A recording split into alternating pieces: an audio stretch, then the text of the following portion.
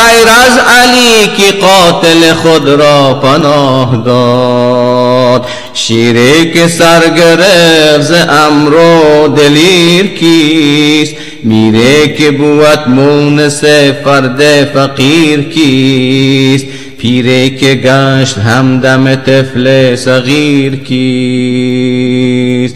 مردی که دیو نفس ورا شد اسیر کیست؟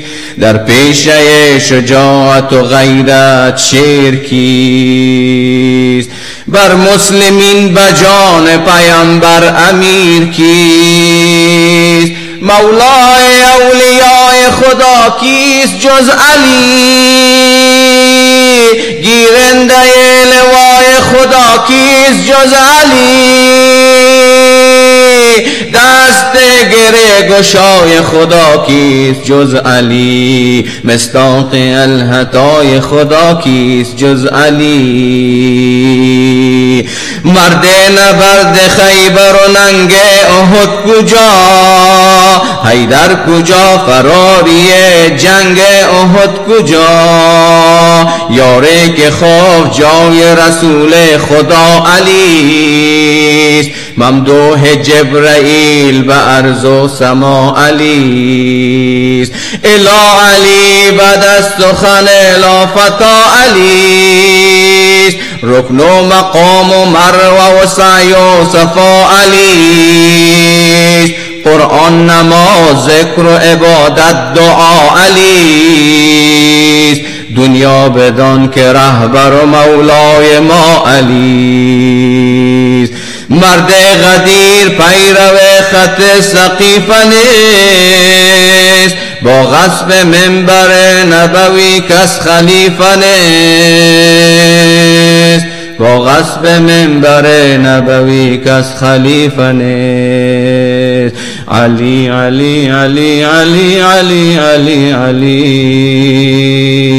علی علی علی علی یا علی یا علی یا علی یا علی. صلوات.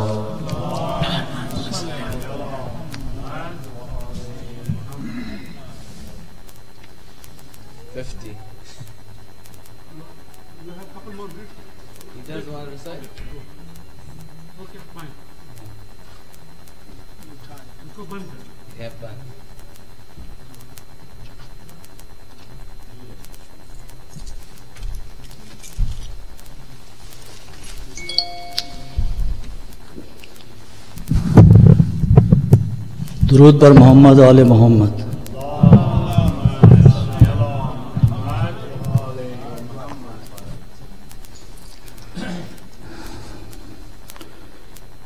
कहती थी ये माँ खूब भरी मैया से लिपट कर, हाय हाय अली अकबर, हाय हाय अली अकबर। कहती थी ये माँ खूब भरी मैया से लिपट कर, हाय हाय अली अकबर, हाय हाय अली अकबर। अरमान था पहनाऊंगी पोशाक शाहानी, अफसोस के रासाई न ये तुझको जवानी, कैसा था मुकद्दर, हाय हाय अली अकबर, हाय हाय अली अकबर। 18 बरस पाल के परवान चढ़ाया, वो गेसुओं वाला है मेरा खून में नहाया। ये क्या हुआ दिलबर, हाय ہائے علی اکبر، ہائے ہائے علی اکبر. اتنا تو ذرا ٹھہرو تمہیں دولہا بنا لوں، بس ایک جھلک سیر کی صغرا کو دکھا دوں. اتنا تو ذرا ٹھہرو تمہیں دولہا بنا لوں، بس ایک جھلک سحر کی صغرا کو دکھا دوں. بے چین تھی خواہر، ہائے ہائے علی اکبر، ہائے ہائے علی اکبر. تم ہچکیاں لے کے جو دم توڑ رہے ہو، ماں سے ہمیشہ کے لیے موڑ رہے ہو. تم ہچکیاں لے کے جو دم توڑ رہے ہو، ماں سے ہمیشہ کے لیے موڑ رہے ہو. کیوں روٹے ہو تم، کیوں روٹے ہو دلبر، ہائے ہائے علی اکبر، ہائے ہائے علی اکبر. ماں تیری جدائی میں بھلا کیسے جیے گی، مر جائے گی صغرا جو خبر تیری سنے گی. ماں تیری جدائی میں بھلا کیسے جیے گی، مر جائے گی صغرا جو خبر تیری سنے گی. اب کیا کروں جی کر، ہائے ہائے علی اکبر، ہائے ہائے علی اکبر. آئیں جو ہمیں لوٹنے خیمے میں ستمگر، آئے جو ہمیں لوٹنے خیمے میں ستمگر. ماں دے گی صدائیں علی اکبر، علی اکبر. چھن جائے گی چادر، ہائے ہائے علی اکبر، ہائے ہائے علی اکبر. جب کوئی جوان لاش نظر آتی ہے محشر، جب کوئی جوان لاش نظر آتی ہے محشر، ایک یاسوسوئے کربلا جاتی ہے محشر.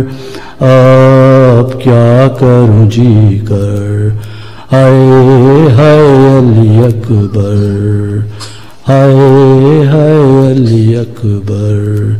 کہتی تھی یہ ماں خون بھری میاں سے لپٹ کر، ہائے ہائے علی اکبر، ہائے ہائے علی اکبر.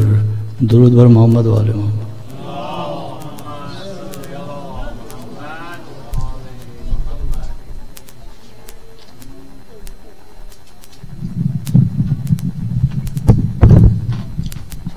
I would like everyone from they are sitting outside, please come inside.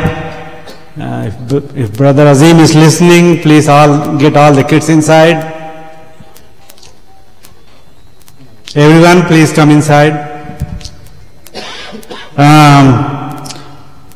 Sheikh Khalid, this is his last majlis here tonight.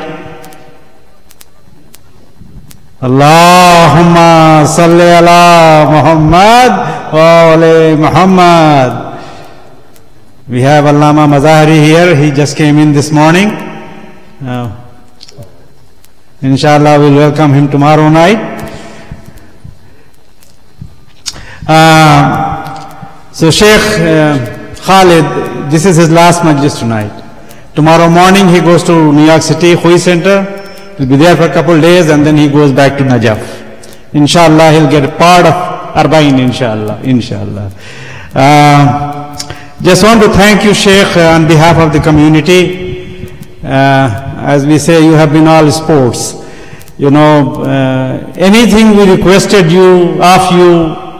you are more than willing to do it. Every single night, you wanted to do Q&A and dialogue, and as much as possible, you did it. So we pray for you when you go back. May Allah keep you in your protection, and may Allah give you a grand success in your Hawza studies. You know, it's a sacrifice that his wife and his son, they are in Canada. His parents are in Canada, but he is there in Najaf. And we were talking the day he came, and he said, the reason he is there, obviously he studies, but he says every morning he looks at the dome of Imam Ali alayhi salam. He says that makes his day. That makes his day. So let's make dua for him by reciting a very loud Naare Salawat.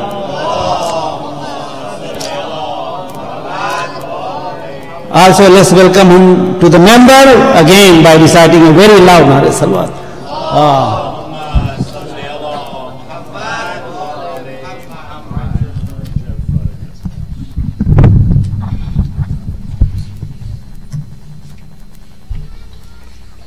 اللهم صل على محمد وآل محمد وعلى آلهم أجمعين.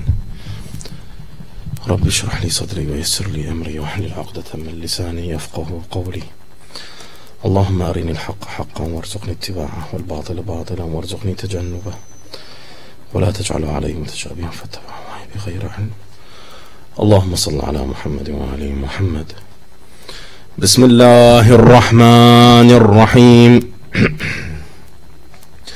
صلى الله عليك يا سيدي يا رسول الله. صلى الله عليك وعلى أهل بيتك الطيبين الطاهرين.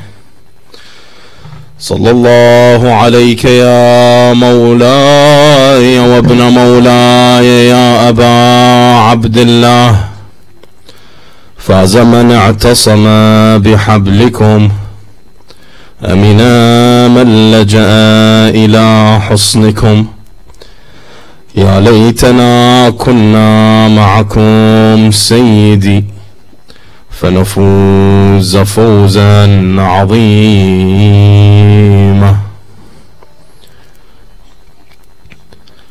قال الله في محكم كتابه الكريم: بسم الله الرحمن الرحيم. ألف لام ميم. ذلك الكتاب لا ريب فيه هدى للمتقين. آمنا بالله صدق الله العلي العظيم وبلغ رسوله الكريم وإنا على ذلك لشاهدين. In the name of God, the merciful, the beneficent, all prayer and praise is due to the Prophet Muhammad and his holy household. اللهم صل على محمد. Our second salawat in honor of Imam Hassan and Imam Hussein. Sallu ala Muhammad wa ali Muhammad.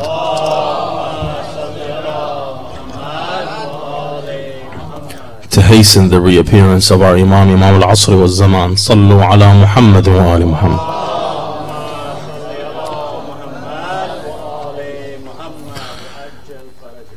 In the second chapter of the Quran, Surah Al-Baqarah, the cow or the heifer. In Surah Al-Baqarah, the Quran begins with Alif, Lam, Mim. These three letters. These three letters have a specific significance. The scholarly opinions about these three letters are many. That's not our point.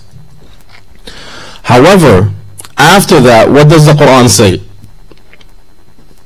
The Quran says ذلك الكتاب لا ريب فيه هدى للمتقين. This book, no doubt within it, is guidance for those that are God conscientious. That should give us a pause. Who is a muttaqi? What is taqwa? God conscientious, God fearing. First of all, if the individual is God fearing and God conscientious, why do they need guidance? They're already guided, right? When we say someone is muttaqi, I look and I say Sayyid Hasanain is muttaqi. What does that mean? That means that Allah has guided him to the path. So then why would Allah in the Quran say that this book is guidance for those that are God fearing? They're God fearing. By association they're guided. Then it describes them. What does it say? It says ذلك الكتاب لا ريب فيه هدى للمتقين. Who are those muttaqin? الذين يؤمنون بالغيب. First description, they who believe in the unseen. ويقيمون الصلاة, and they are steadfast in their prayer. وَمِمَّا رَزَقْنَاهُمْ يُنْفِقُونَ, and from what we have blessed them with, what we have given them, they give back, they give homage. وَالَّذِينَ, then it continues, وَالَّذِينَ يُؤْمِنُونَ بِمَا أُنزِلَ إِلَيْكَ وَمَا أُنزِلَ مِنْ قَبْلِكَ, and those that believe in that which has been descended onto you and has been descendant onto those prior, onto those previous to you. Then it says وَبِالْآخِرَةِ هُمْ يُوقِنُونَ. Here the Quran changes its tone. It says they believe in God, they believe in the unseen, right? They give back from what we give them. They believe in what was sent to you and what was sent before you. However, when it comes to the Akhirah, it no longer says believe. It says وَبِالْآخِرَةِ هُمْ يُوقِنُونَ, and in the hereafter they have certainty. What is the difference between certainty and belief? There is a big difference between certainty and belief. I am certain that I'm alive, right? But I believe that my friend who is in Iraq is still alive. I don't know. I don't have certainty. I have believed that they are alive. That's here. Then it says أُولَٰئِكَ عَلَىٰ هُدًى مِّن رَبِّهِمْ. It is they who have been guided by, who have received guidance from their Lord, and it is they who are successful. أُولَٰئِكَ عَلَىٰ هُدًى مِّن رَبِّهِمْ وَأُولَٰئِكَ هُمُ الْمُفْلِحُونَ. They are the individuals who have been guided by their Lord, who have received guidance from their Lord. Then it says it is they who are successful. Now the verse continues and it says إِنَّ الَّذِينَ كَفَرُوا. After these first 5 verses, it continues and it describes the kuffar. It says إِنَّ الَّذِينَ كَفَرُوا سَوَاءٌ عَلَيْهِمْ أَنذَرْتَهُمْ أَمْ لَمْ تُنذِرْهُمْ لَا يُؤْمِنُونَ. Indeed, those who do not believe, who are kafir, who are infidel, who refuse to believe, doesn't matter. It's the same whether you warn them or you do not warn them, they will not believe. Then it says ختم الله على قلوبهم وعلى سمعهم وعلى أبصارهم غشاوة. Allah has put a stamp over their eyes and over their ears and over their hearts. So Allah has put a stamp over their hearts and over their ears and over their eyes. There is a veil, meaning that they don't see clearly. And this is important because Allah says that Allah, He Himself who has stamped their hearts. However, when it comes to the veil, Allah doesn't say Allah is the one that has covered their eyes and their sight and their hearing, their sight and their hearing. Allah says that they have a veil over their sight. Now sight here does not mean the sight of the eye, it means the insight. We know the difference between sight and insight, correct? Sight is what you see with your eyes. Insight is what you perceive with your heart. Nonetheless, we'll go back to our point. Allah says this book, of course in the Quran Allah doesn't say this book, Allah says that book. It refers to the Quran in the distance, meaning that it is that book. It's not here, it's that book. Why? Because this book is the word of Allah. Therefore, to achieve it, it's not here next to you. You have to strive to achieve it. It is that which belongs to Allah, which is with Allah. Therefore, it refers to it in the sense of the distance. ذَلِكَ الْكِتَابُ لَا رَيْبَ فِيهِ. No doubt within it is guidance for those that are God conscientious. Like we said, this gives us a pause. Then at the end of the description it says it is they who are guided. So let's try to break this down. First and foremost, we know that the Quran, when it comes to certain individuals, Allah says that I have made it even worse upon them. Those, he who is in this world blind, in the hereafter will not only be blind but will be lost as well. Ya Allah, why would you make someone lost even more than they are lost? In the Quran, Allah says, even if you repent for them, Allah will not forgive them. لَن يَغْفِرَ اللَّهُ لَهُمْ. Allah will not forgive them. How do we say Allah is most merciful? Allah is most Rahman ar-Rahim, merciful, beneficent, yet Allah will not forgive them. How do we say Allah is all powerful or capable, yet Allah creates them in order to send them to hell? Those are contradictory ideas, aren't they? Brothers and sisters, to the individual that has no idea of what the Quran is referring to, they're contradictory. However, to the individual that reads the Quran through the eyes of Ahlul Bayt, from the words of Ahlul Bayt, it is clear. How is it clear? First and foremost, we have something called fitrah. Fitrah, I believe, is a word that is also used in Urdu and in Farsi, is it not? Fitratul nas allati fitratullah allati fatara an-nas alayha. It is the intuition, it is the subconscious, it is the inner you that Allah has placed within you. Such as what? No one needs to teach a baby when he's first born how to breastfeed. Sometimes a baby needs assistance, but it's something that is ingrained within our DNA, isn't it? No one needs to teach a baby that how to grow or whether to grow hair or not. That is something that is ingrained within our DNA. It's a part of what makes us us. We believe likewise when it comes to worshipping Allah. It is something ingrained within us. Someone is going to say, hold on, how do you prove that it's ingrained within us? I'm going to say it's very simple. When we look throughout human history, the one thing that we see all of humanity have in common is the search for a higher power. The search for a creator. Now, modern historians or modern people that want to look and dig into history, anthropologists, specifically cultural anthropology, what do they say? They say, you know what, people wanted to justify what it was in the world around them that they could not understand, so they associated it to a higher power. And I say that might be true. I don't deny it. That might be true. But why did they automatically associate it to a higher power? Because something within them caused them to a higher power. To me, it's rather simple to see. To me, it's rather simple. Something within you calls you to a higher power. A man came to an Imam Ja'far al-Sadiq. Salawatullahi wa salamuhu alayhi. Allahumma salli ala Muhammad wa ala Muhammad. He said to him, Yabna Rasulullah, O son of the Prophet, how do I know Allah? I want to know Allah. The Imam says to him, what do you do for work? He says, I'm a sailor. I sail the seas. The Imam says to him, have you ever been in a situation where your boat or your ship had sunk? He said, yes. He says, when it sank, هل انقطعت عنك الأسباب?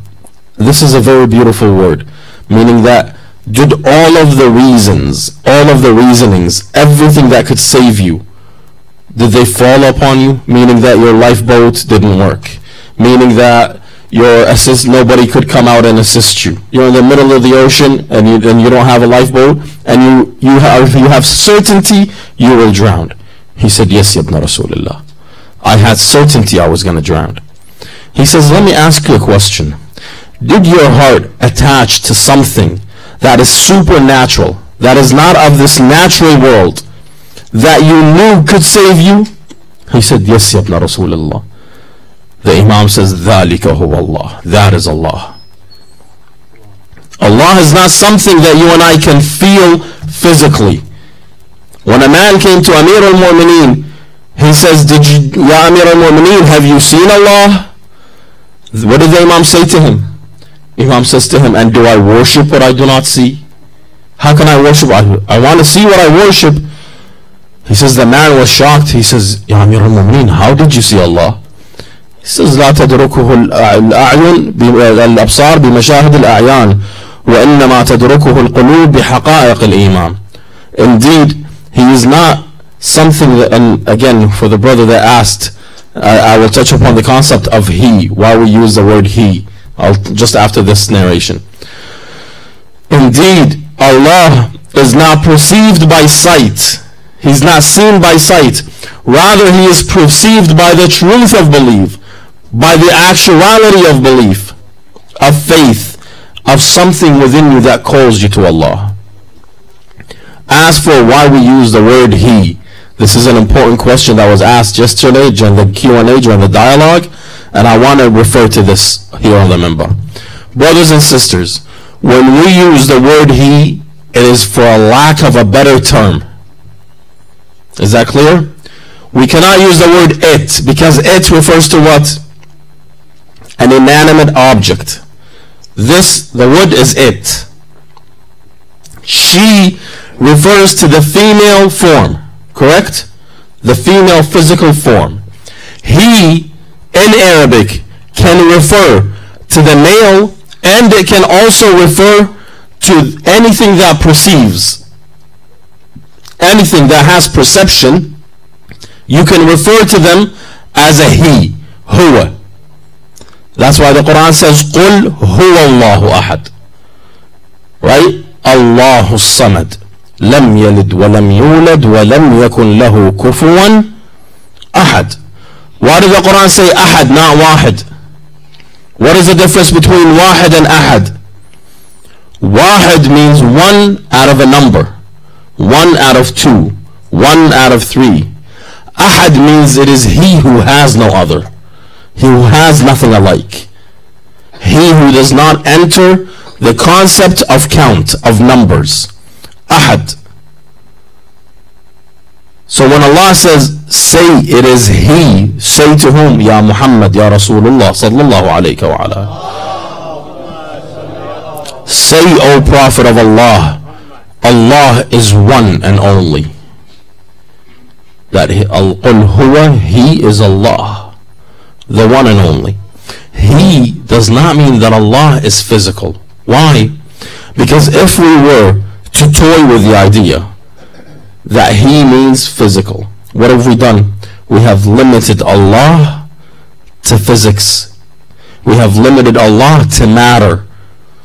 Brothers and sisters, when we come to the verse وُجُوهٌ يَوْمَئِذٍ نَاظِرَةٌ إِلَىٰ رَبِّهَا نَاظِرَةٌ, faces on that day are looking towards their Lord. They are looking. What do we say?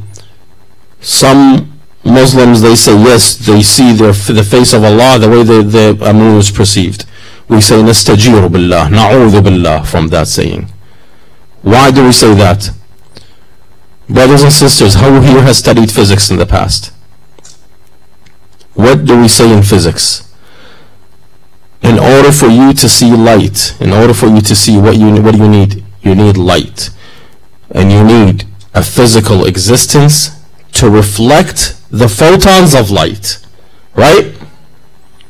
Or it has to originate, the photons have to originate from it, like in the sense of the sun. The photons originate from the sun, they come to us, we see it.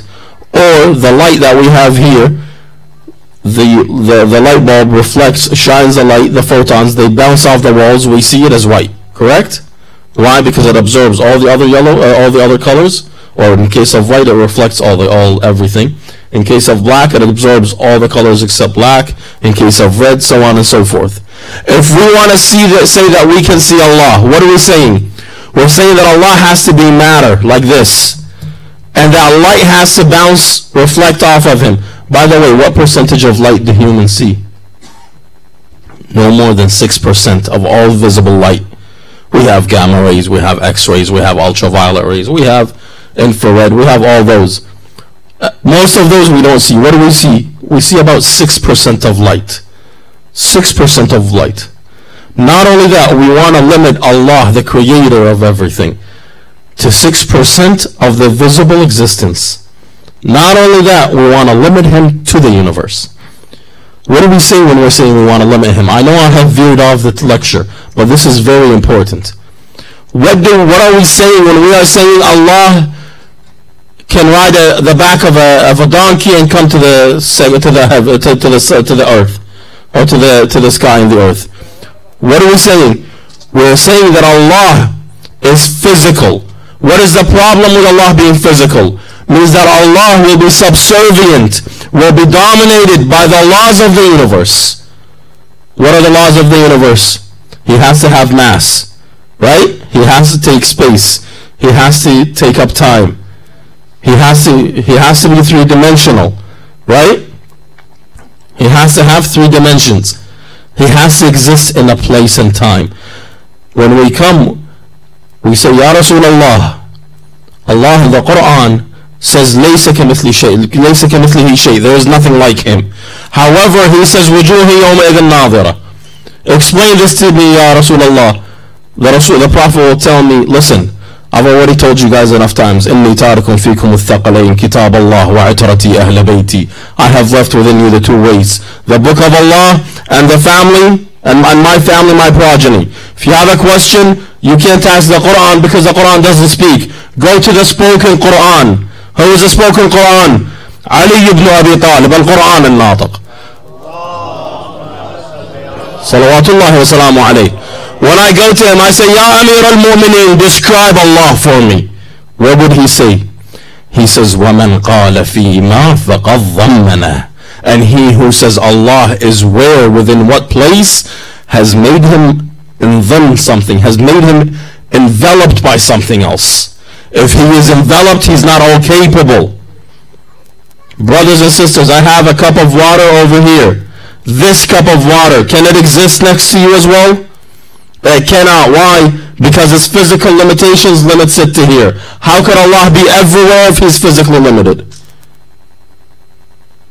That's why when we raise our hands in qunut, we have to be very specific. When I raise my hand, I don't mean that Allah is above me. Nor is Allah below me. Allah is within everything, not by a distance. And He is far away from everything, not by space. الَّذِي بَعُدَ فَلَا يُرَى. He is the one who is distant from everything and cannot be seen.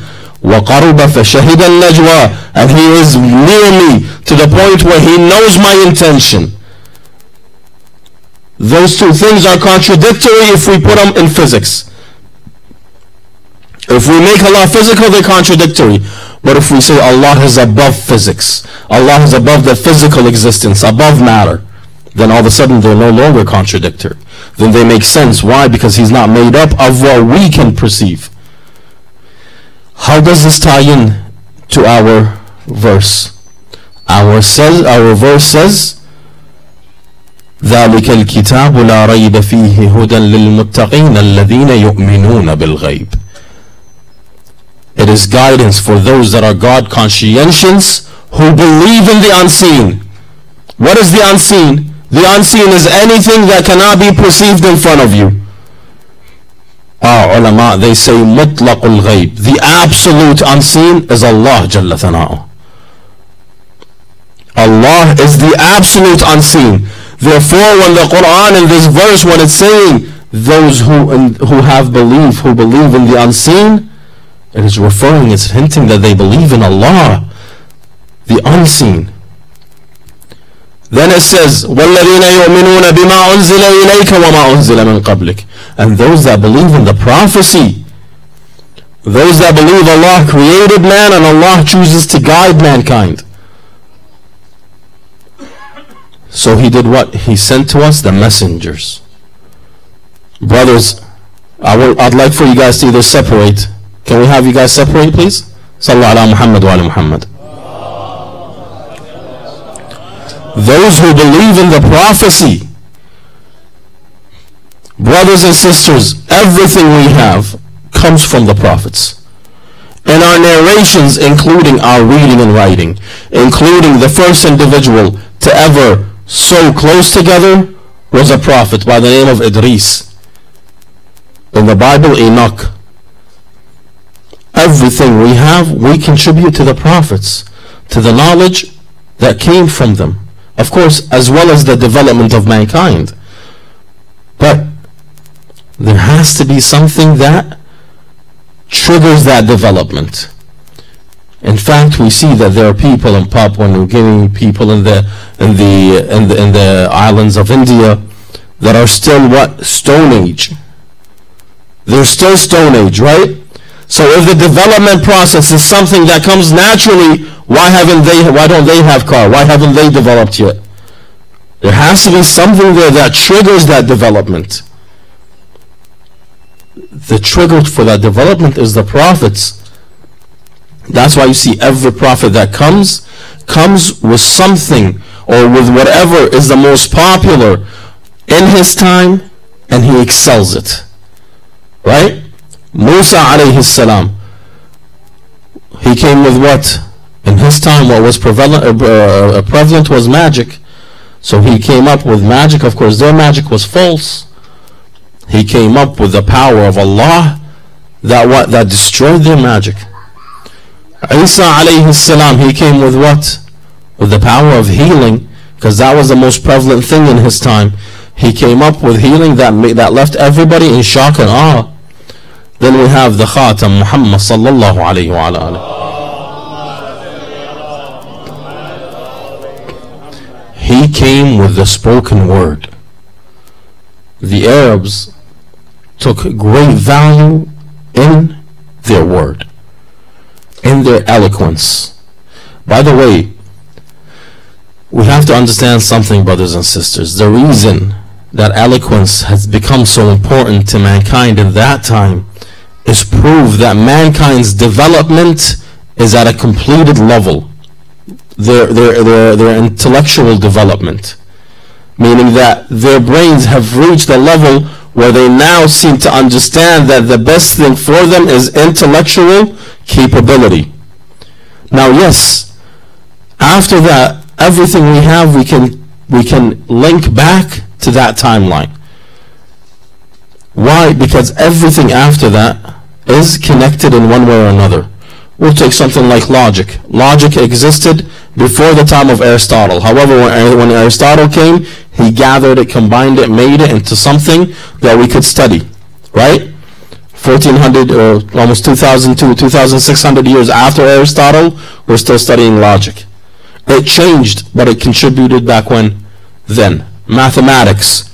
Right? A lot of modern scholars, they say mathematics originated from India. The number 0 originated from India. Before that, so we have the Roman numerals, they didn't have 0. The Arabs brought the number 0 from India, and they made what we now call the Arabic numerals, the 1, 2, 3 that we see.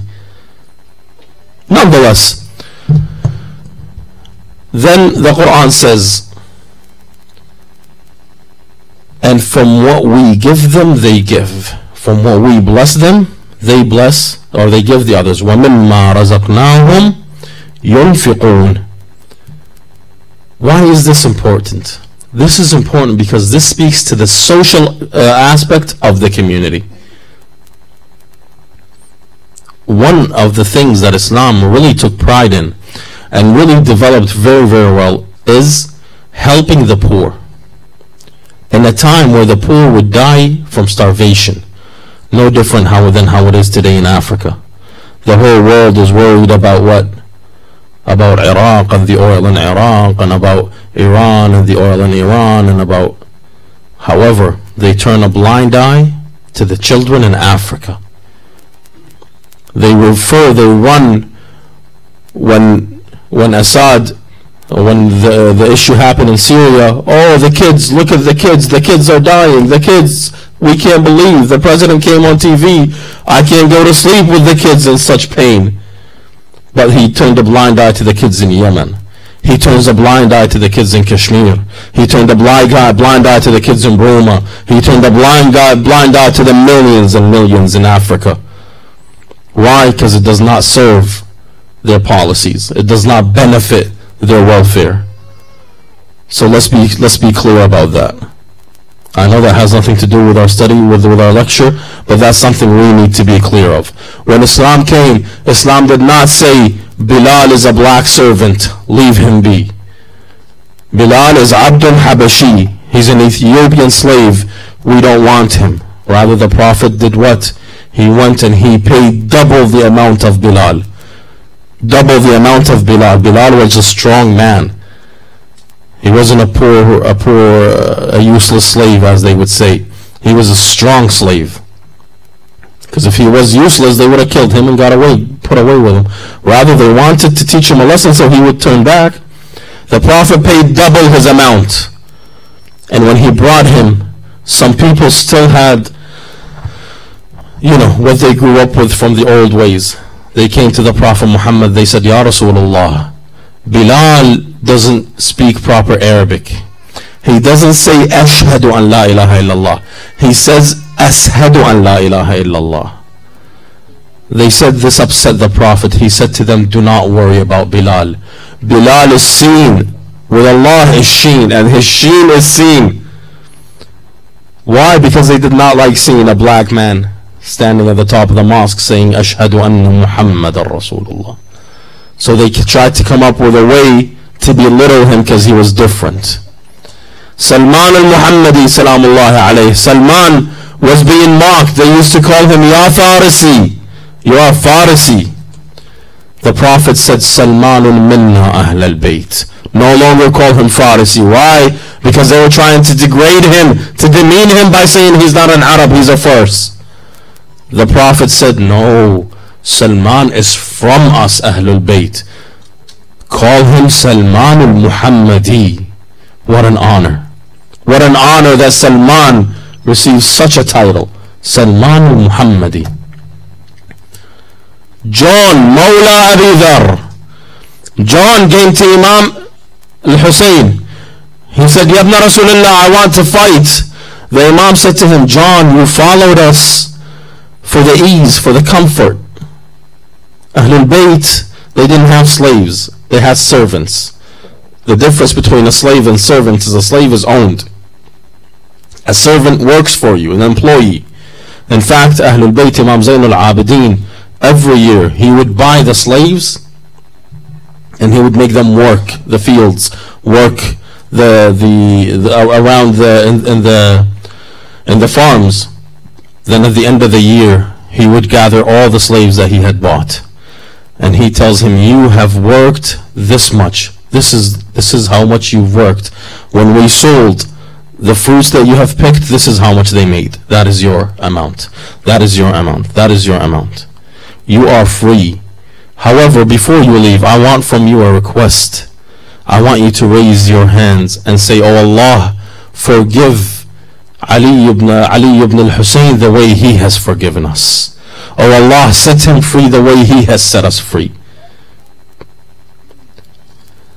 John Mawla Abi Dhar came to the Imam and he said to him, I want to fight. The Imam said to him, you followed us for the ease of life. Why do you need to die for us right now? Leave. It is dark, it is night time. Go, leave. They say John started crying. He says, Mawla, sorry, not at night time, it was during the battle. He said to him, John, if they take me, they would not come after you. Leave. He says, Mawla, at the time of comfort, I kiss your feet. And at the time of hardship, I abandon you. Then he says to him, Mawla, my skin is black. And my lineage is unknown. And my smell is bad. I don't smell good. تنفس علي بالجنة. Breathe the paradise, the heaven upon me, so that my lineage becomes honorable. My skin changes white and I smell good. Brothers and sisters, look at how the Imam, how specific the Imam is in his answer. John said that my skin is black and my lineage is bad, is unknown, sorry, and my smell is bad. The Imam raised his hands. He says, Allahumma bayyid wajha. Oh Allah, make nur, make light come from his face. The Imam did not refer to the skin of his tone, the tone of his skin. Then he says, Allahumma tayyib hasabah. Oh Allahumma, may give him an honorable lineage, make his lineage honorable. And, oh Allah, bring him together with Muhammad and Ali Muhammad. Allah sallu ala Muhammad wa ala Muhammad.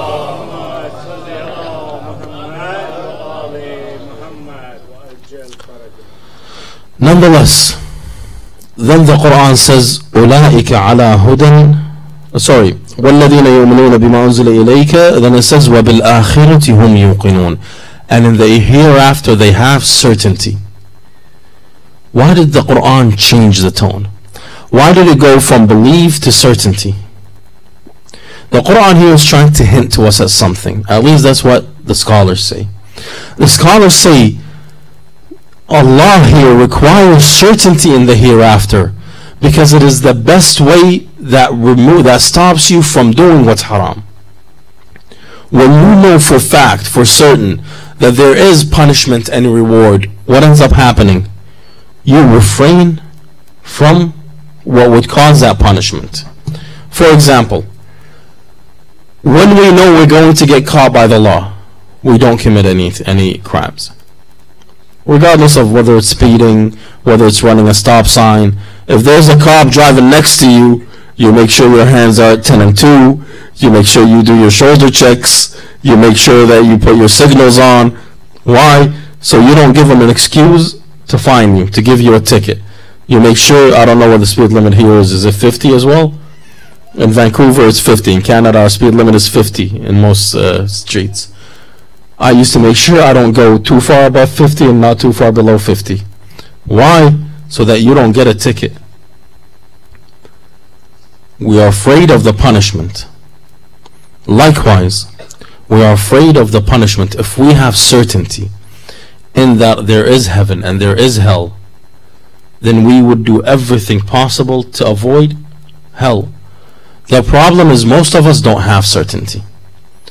And we do not have certainty because most of us don't search for it. Most of us go about our merry way without a concern.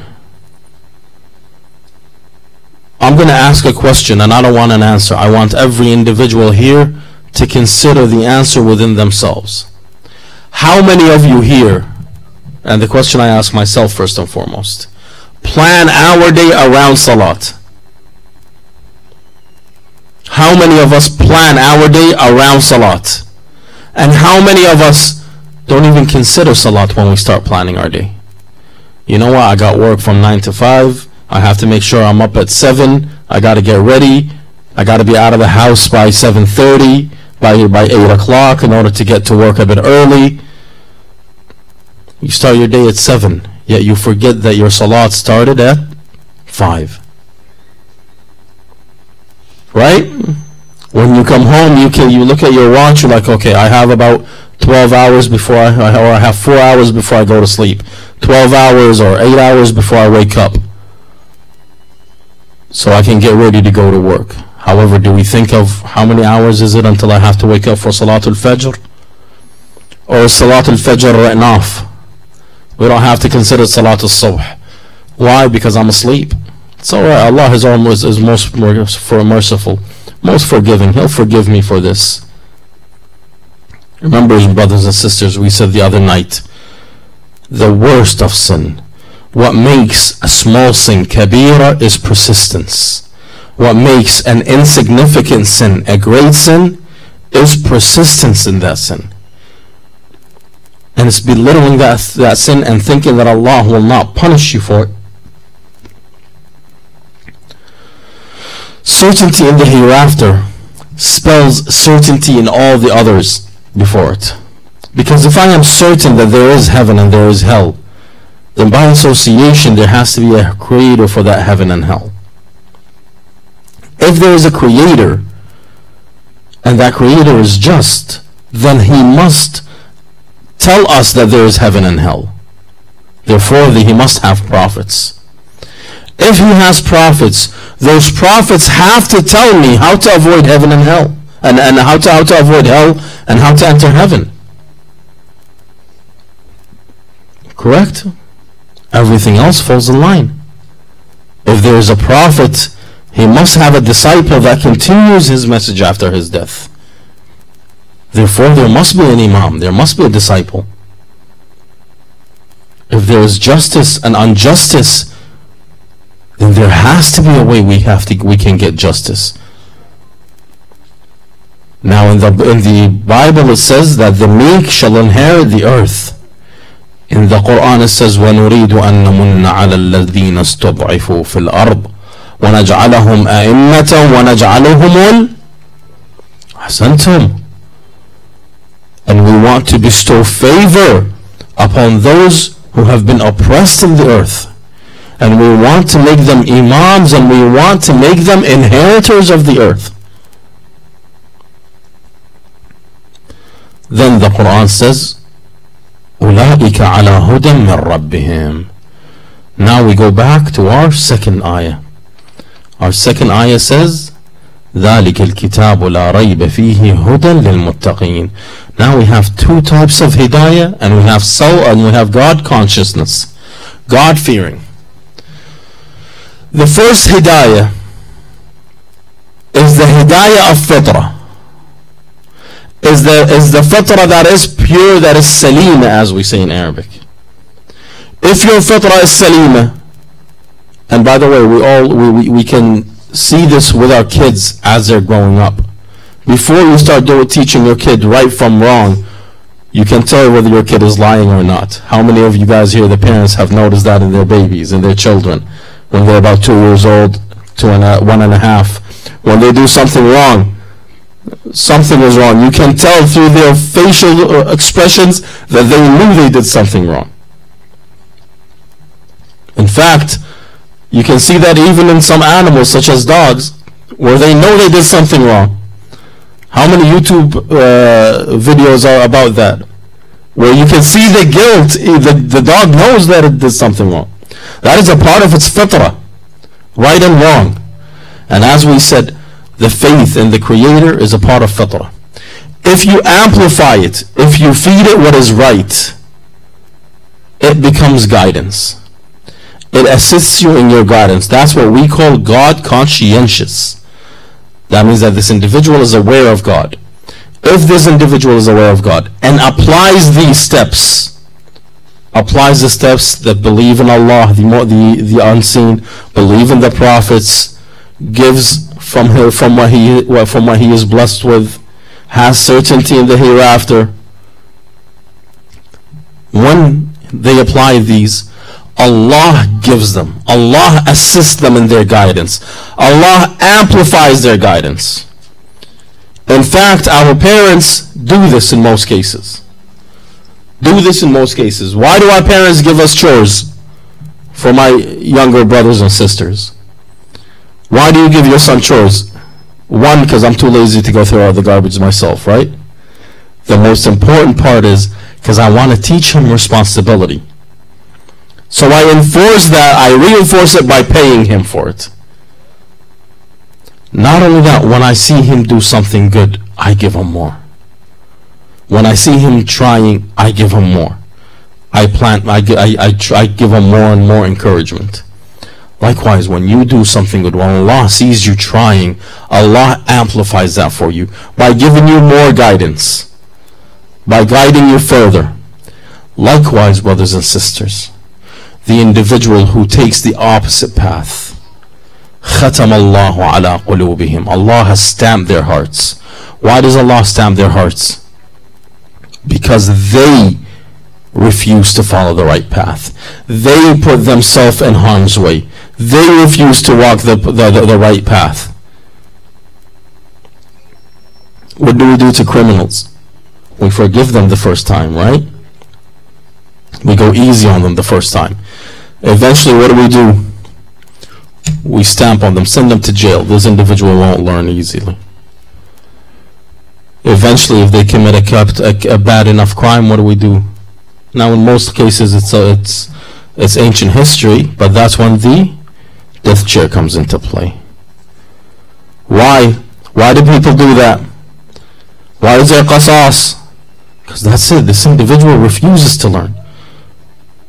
This individual is no longer a part of manhood, no longer a part of mankind. This individual has turned into an animal. This individual requires punishment. This individual has pushed it too far. Therefore, we must take him away from this path. Allah says, if you apply yourself towards good, I will endorse it. And if you refuse, if you want to go with shaitan, go. By the way, when we say khatam Allah ala qulubihim, is not that Allah actively misleads them. It's that Allah leaves them to their will. That's why when we say la'na, what is the definition of la'na? The definition of la'na is the removal of Allah's mercy, Allah's guidance.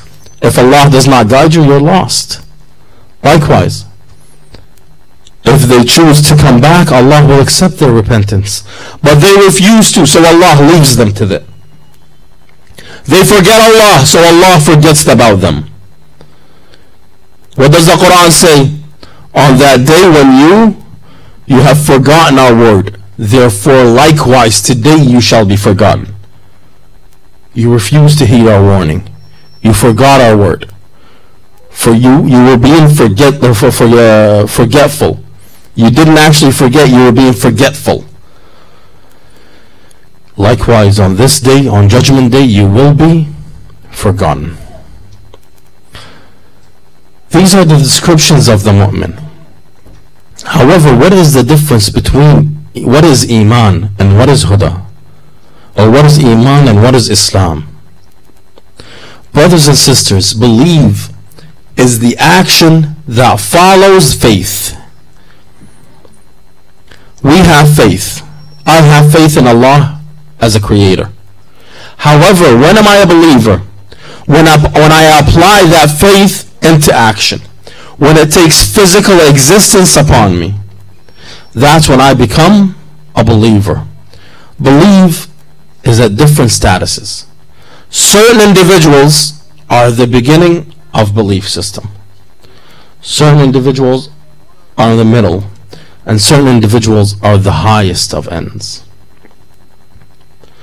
The more belief the individual has, the more he reflects Allah's nur, Allah's attributes. In the Hadith al-Qudsi, what do we read? O my servant, ata'ni, obey me, you become an example of mine. I say to something, kun fayakun, and you say to it, kun fayakun.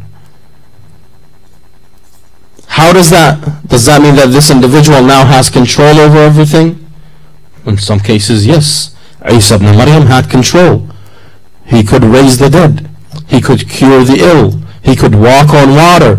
He could make the blind see. He could make the mute speak. He can make the deaf hear. Because he has power? No. Because Allah has given him that capability. Allah has given him the ability. It didn't come to him from nothing. Allah allowed him to have a subscription to the universe. Through that subscription, he had certain privileges. From those privileges, he could cure the blind. A privilege Allah has bestowed upon him. The more and more, the higher and higher you go up in faith, the more and more you reflect the nur of Allah. The best example of that is Al-Imam Al-Hussein ibn Ali alayhi salatu wassalam. Imam Hussein, when he fell in Karbala, they came to him. By the way, Imam Hussein, for 3 hours, every tribe was hoping that the other tribe would kill him, because they did not want to kill him, because he is the son of the Prophet Muhammad sallallahu wasallam alayhi.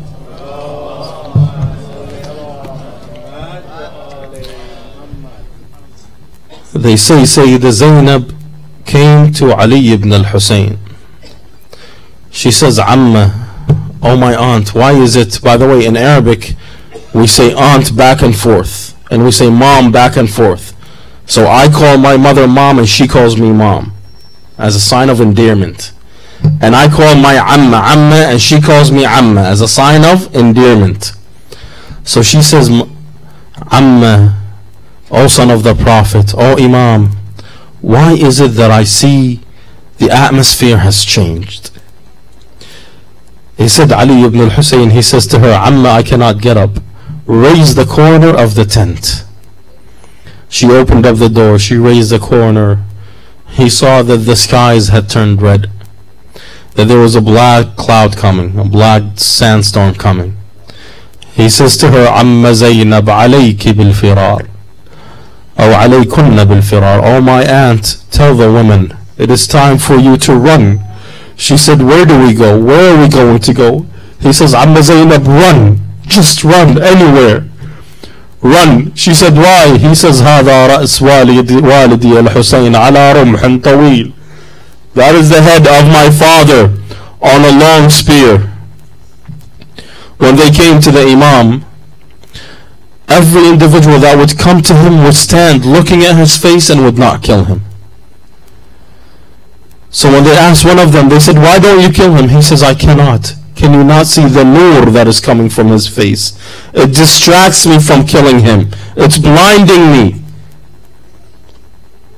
They say Zainab called out, she says, Ya Umar, how is it that Hussein is in this situation and you see? They say Umar ibn Sa'ad turns around while he was crying, and he says to them, Arihuh, relieve him of his pain. In some narrations they say the Imam was still alive when the horses trampled his body. He was still living when the 10 horsemen trampled his body. Some of the scholars, they say that the horses they used were Western horses, not Arabian horses. Something like the Scottsdale horses, those really big heavy horses. They were used to drag heavy military equipment. Nonetheless, it took Al-La'in ibn Al-La'in, Shumr ibn Dhil Jawshan, to do the deed, the unspeakable act. When they took the Sabaya of Ahlul Bayt, they brought them into Sham. Imam Zayn al-Abidin entered.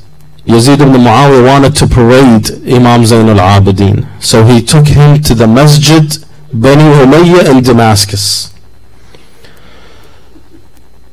They say that a khatib stood up on the minbar and began by insulting and cursing Amir al-Mu'mineen and Imam al-Hussein. Imam Zayn al-Abidin looked at him and he says, Ya ayyuha al-khatib, اشتريت مرضات المخلوق بسخط الخالق فتبوأ مقعدك من النار.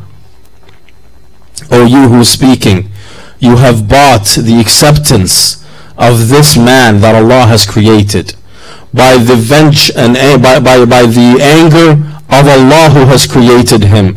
Therefore make certain that now you have a place in hell. They say the Khatib didn't know what to say, so he stepped down. Imam Zayn al-Abidin turned to Yazid. He says, Ya Yazid, allow me to stand on these pieces of wood to give a speech for the people so that the people may benefit and that Allah may be happy with that speech. Brothers and sisters, Imam Zayn al-Abidin says a'wad, pieces of wood. Did not call it a minbar, because the minbar has to use the word of Allah and His Prophet. The minbar cannot be used for other reasons. The minbar cannot be used for haram and for what is wrong. The minbar must spread the word of Muhammad sallallahu alayhi wa alayhi. However, when the Imam, they pressured Yazid until the Imam stood up. He says, Ayyuhan nas, uhadhirukum min ad-dunya wa ma fiha. O people, beware of this world and what comes with it. فإنها دار زوال وانتقال تنتقل بأهلها من حال إلى حال. This world it moves and it changes, and it takes its people from one hal to a different hal, from one point to a different point. Then the Imam says, Ayyuhan nas, O people, look towards the nations that have come before you. They were older than you. They were your predecessors. They were richer than you. They were stronger than you. Then he says, أخذ التراب لحومهم فكأنهم ما كانوا له أهلا ولا سكانا. This world has taken them away as if they were never on this earth, as if they were never residents of this earth. There is nothing left of them but a bunch of stones for us to remember them. Then he says, أيها الناس أعطينا ستا وفضلنا بسبع. We were given 6 and we haven't been blessed with 7. We have been given bravery, we have been given honesty, we have been given. Then he says, أيها الناس من عرفني فقد عرفني. He who knows me, and he who does not know me, I shall reveal myself. أنا ابن مكة ومنى. I am the son of Mecca and Mina. أنا ابن زمزم والصفا. أنا ابن خير من انتعل واحتفى. Starts describing the Prophet in the best of attributes. Then he says, أيها الناس, starts describing Amir al-Mu'mineen. He says, أنا ابن المحامي عن حرم المسلمين. I am the son of the one who defended the honor, the women of the Muslimin. However, his honor, his women are taken captives from Karbala ila Shah.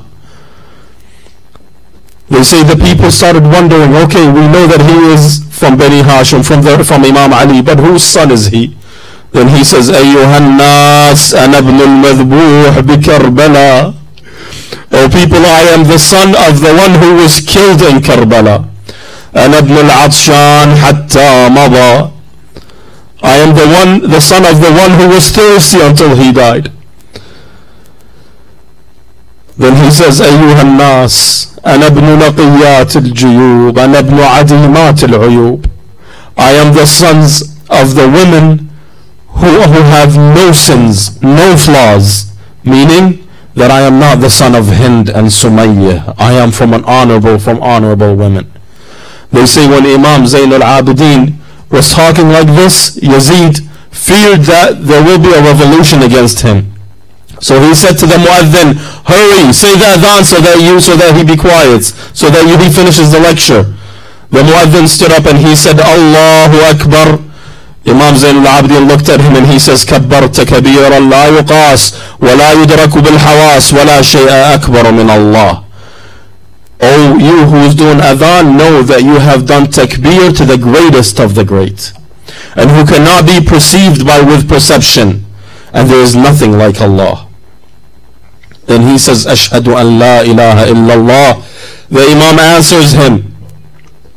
He says, yes, I bear witness that there is La ilaha illallah. Not only me, my skin, my hair, my feet, my head, every part of me, even the ground that I step on, bears witness that there is no ilaha, no Allah but Allah.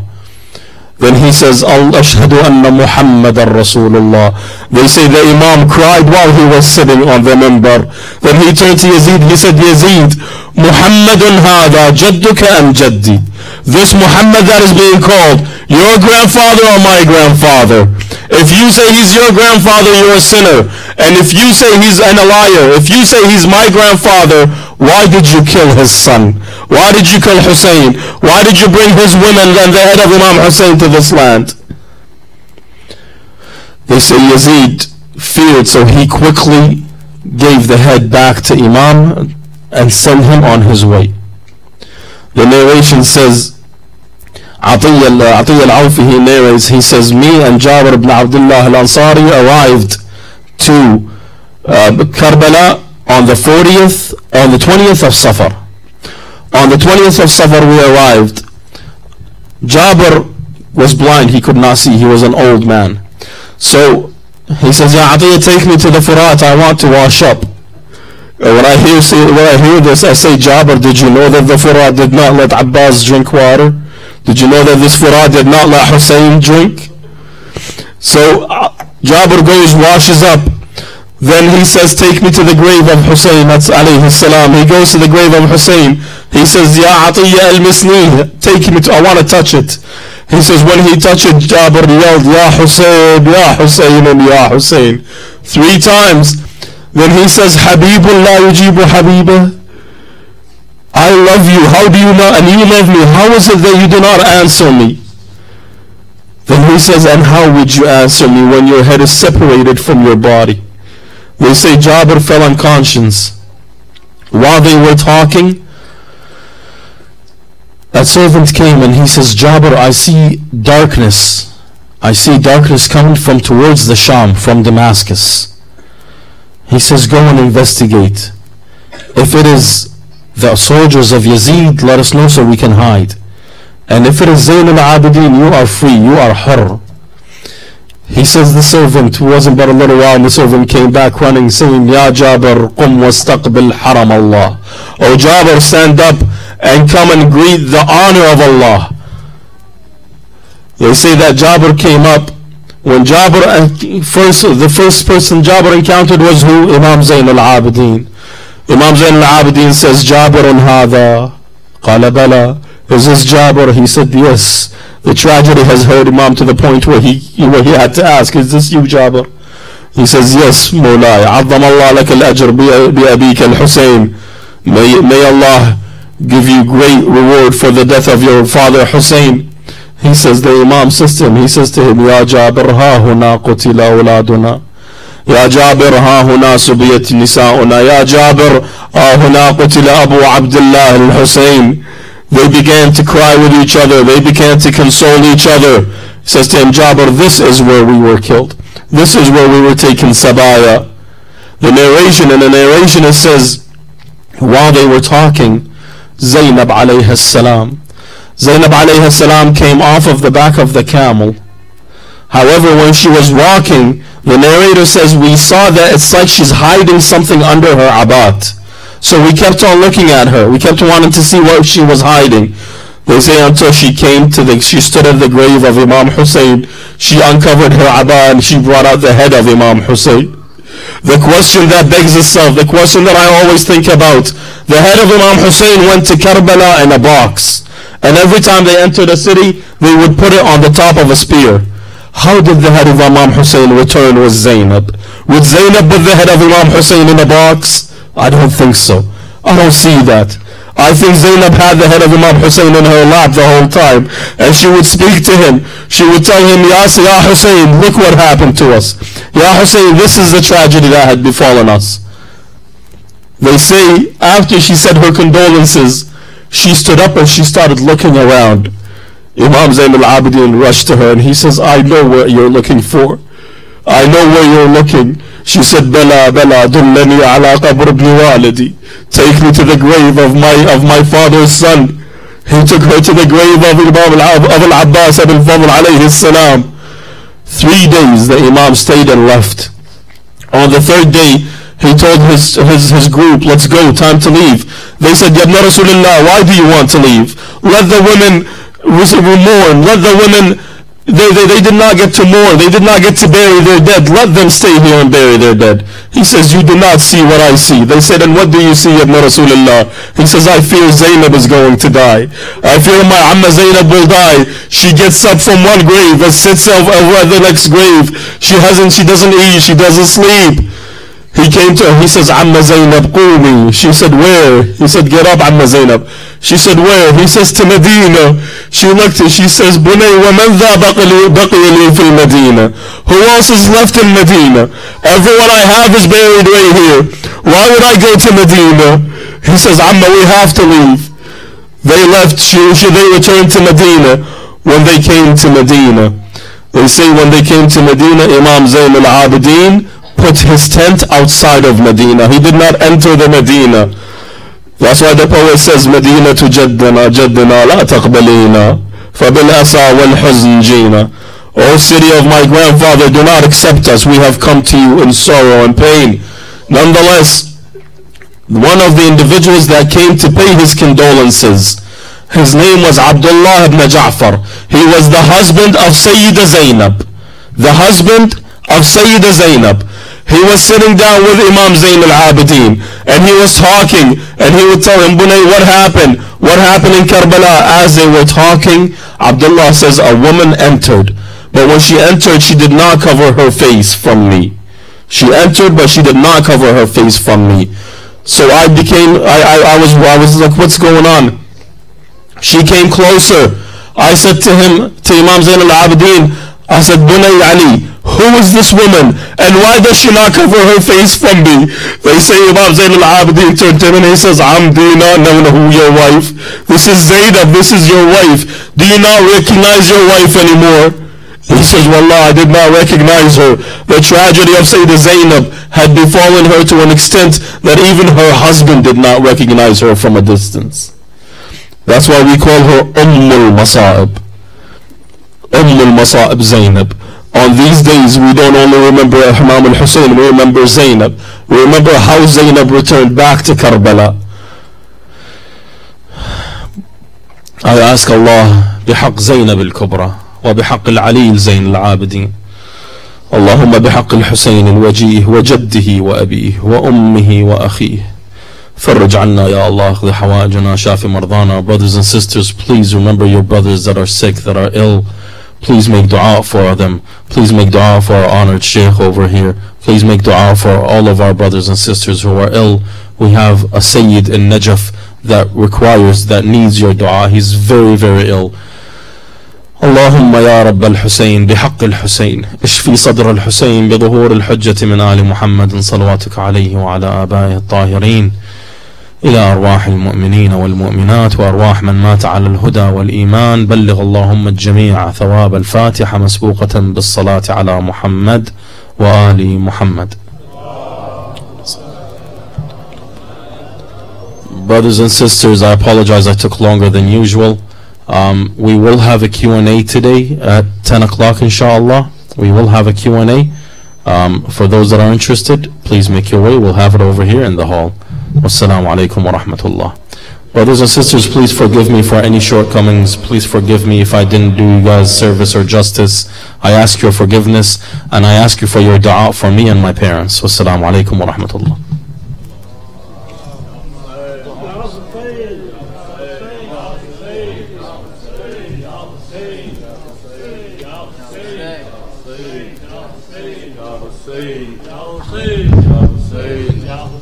Ya Hussein, Ya Hussein, one sec. Ya Hussein, Ya Hussein, Ya Hussein, Ya Hussein, Ya Hussein, Ya Hussein, Ya Hussein, Ya Hussein, Ya Hussein, Ya Hussein, Ya Hussein, Ya Hussein, Ya Hussein, Ya Hussein. Ya Hussein, Ya Hussein, Ya Hussein, Ya Hussein. شاه است و حسین پادشاه است حسین دین است حسین دین پناه است حسین سرداد نداد دست بر دست یزید حقا که بنای لا اله است حسین. صلوات محمدی. مزن که این سر حسین است مزن که این سر حسین است مزن که این سر حسین است مزن که این سر حسین است مزن که این سر حسین است مزن که این سر سر حسین است مزن که این سر حسین است چوب بر این قاری قرآن مزن چوب بر این قاری قرآن مزن و پیش دیده طفلان مزن و پیش دیده طفلان مزن مزن که این سر جفا کشیده مزن که این سر جفا کشیده زمه زبانش وفا ندیده مزن که این سر حسین است مزن که این سر حسین است مزن که این سر حسین است مزن که این سر حسین است مزن که این سر حسین است چون بر حسین اچان مزن چون بر حسین اچان مزن و پیش این زینب نالان مزن و پیش این زینب نالان مزن مزن که خون از لبش چکیده مزن که خون از لبش چکیده رسول اکرم لبش بوسیده مزن که این سر حسین است مزن که این سر حسین است مزن که این سر حسین است مزن که این سر حسین است چوب مزن ای یزید بر لب دندان حسین شهید چوب مزن ای یزید بر لب دندان حسین شهید مزن که این سر حسین است مزن که این سر حسین است جهان ز قتلش بشور شین است مزن که این سر حسین است مزن که این سر حسین است مزن که این سر حسین است بریده باد دست یزید لعین بریده باد دست یزید لعین تا نزند بر لب شاه شهید تا نزند بر لب شاه شهید بر خیزران زن در دل میگفت بر خیزران زن در دل میگفت چه خوش نبی تو عزیز زهرا مزن که این سر حسین است مزن که این سر حسین است مزن که این سر حسین است مزن که این سر حسین است مزن که این سر حسین است چوب بر این زاده زهرا مزن چوب بر این زاده زهرا مزن بر جگر فاطمه آتش مزن بر جگر فاطمه آتش مزن مزن که زینب نداره چاره مزن که زینب نداره چاره کنند با تشت طلا نظاره مزن که این سر حسین است مزن که این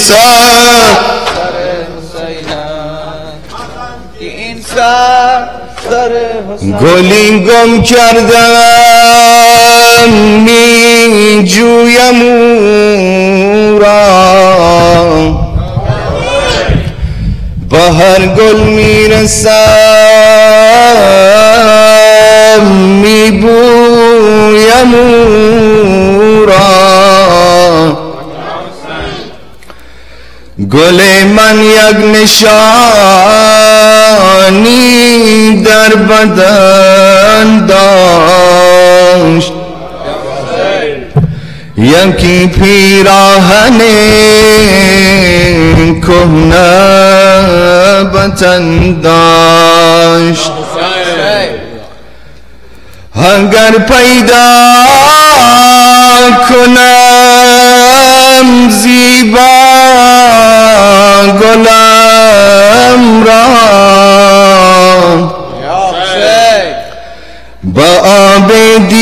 زندگان میشویم او را جانم به فدای تو جانان منی بابا جانم به فدای تو جانان منی بابا جانم به فدای تو جانان منی بابا بنگر بر زردم از مهر بخوان دردم بنگر بر زردم از مهر بخوان دردم درد تو بجان من جانان منی بابا جانم بفدای تو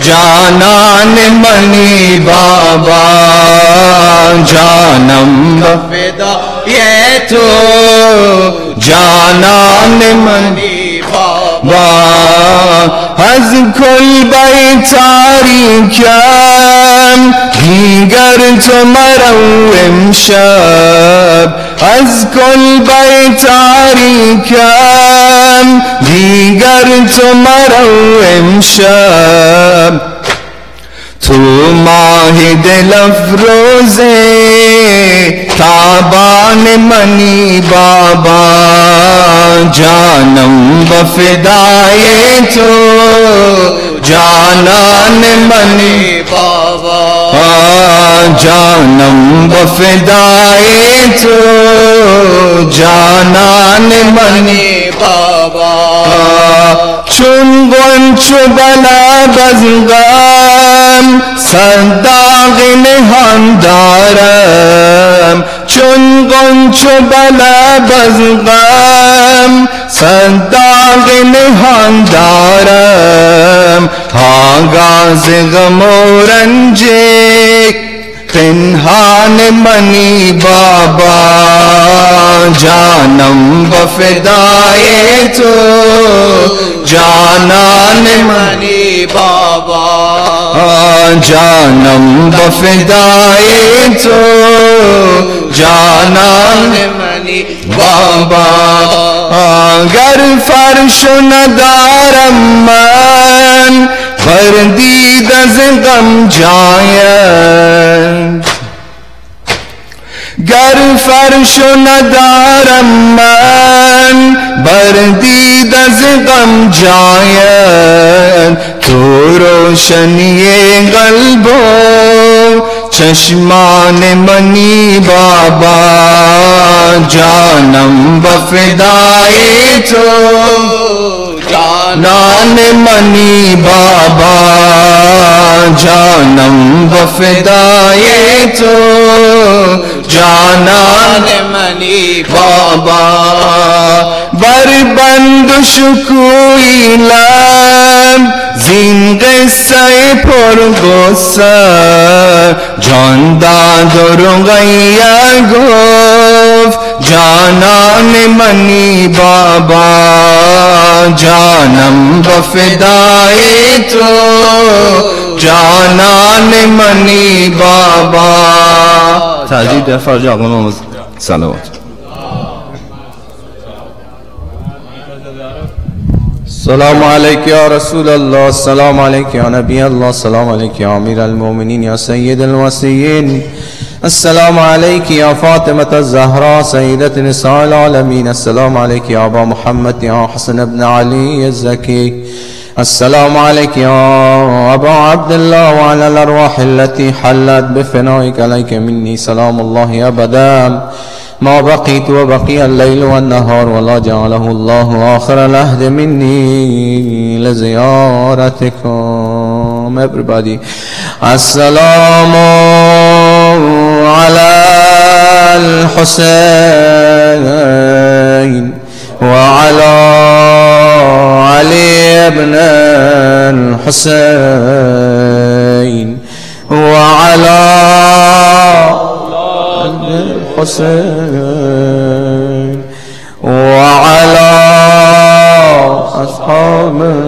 الحسين جميعا ورحمة الله وبركاته. السلام عليك يا علي بن الحسين يا زين العابدين. السلام عليك يا محمد الباقر. السلام عليك يا جعفر الصادق. السلام عليك يا موسى كاظم. السلام عليك يا علي بن موسى الرضا. كن شفيعنا وشفيع والدينا في يوم الجزاء. السلام عليك يا محمد الجواد. السلام عليك يا علي الهادي. السلام عليك يا حسن العسكري الزكي. السلام عليك يا صاحب الأسر والزمان. السلام عليك يا خليفة الرحمن. السلام عليك يا كعبة الإيمان. الأمان الأمان الأمان من فتنة الزمان. أجل الله تعالى فرجك وسهل الله مخرجك وظهورك وجعلنا من خير أعوانك وأنصارك. السلام عليكم يا أهل بيت النبوة جميعا ورحمة الله وبركاته. Please recite the Ay Salamati of Imam Zaman together. بسم الله الرحمن الرحيم. اللهم كل وليك الحجة ابن الحسن صلواتك عليه وعلى آبائه في هذه الساعة وفي كل وليا وقائدا ودليلا حتى تسكنه أرضك طوعا وتمتعه فيها طويلا برحمتك يا أرحم الراحمين. صلوات. ربنا تقبل منا إنك أنت السميع العليم.